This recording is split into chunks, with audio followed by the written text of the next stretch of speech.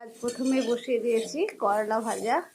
তো দেখো তেলের ওপর লঙ্কা দিয়ে করলাটা আমি ভেজে নিয়েছি, আর একটু হলে ভাজাটা হয়ে যাবে।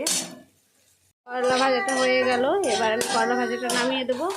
আর এই যে তেলের ওপর দিয়ে দিয়েছিলাম মাছ, তো মাছগুলো এভাবে ভেজে নিলাম, ভাজা হয়ে গেছে। এবার আমি মাছটাকে নামিয়ে দেব। তেলটার উপরেই দিয়ে দেবো লঙ্কা, পেঁয়াজ কুচি,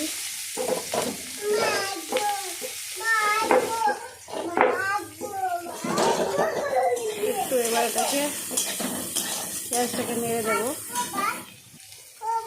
লবণ দিয়ে দিলাম, একটু হলুদ দিয়ে পেঁয়াজটাকে একটু ভালো করে ভেজে নেব। আস্তে আস্তে ভাজাটা হতে হতে আমি বাটনাটা রেডি করে নেব।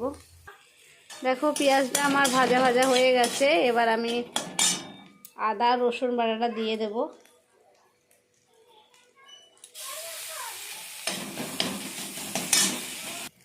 মাঝখানটায় পাঁচফোড়নটা দিয়ে দিয়েছি, একটু তেল দিয়ে দেবো, তেজপাতা দিয়ে দিলাম।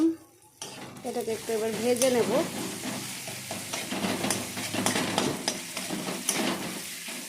দেখো এটা ভাজা ভাজা হয়ে এসেছে।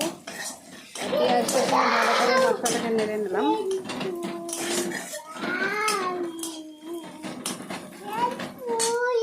সিদ্ধ করা আলুটা আর কচুটা দিয়ে একটু আলু আর কচুটা খন্তি দিয়ে কেটে নেব, তাহলে পরে ভালো হবে।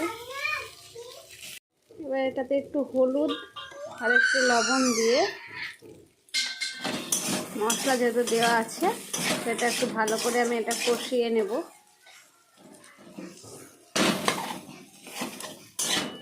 দিয়ে একটু ভালো করে কষিয়ে নিচ্ছি। এটা কষা হয়ে গেছে, ওই জন্য অল্প একটু জল দিব। জল দিয়ে দেখো আর একবার একটু কষিয়ে নেব।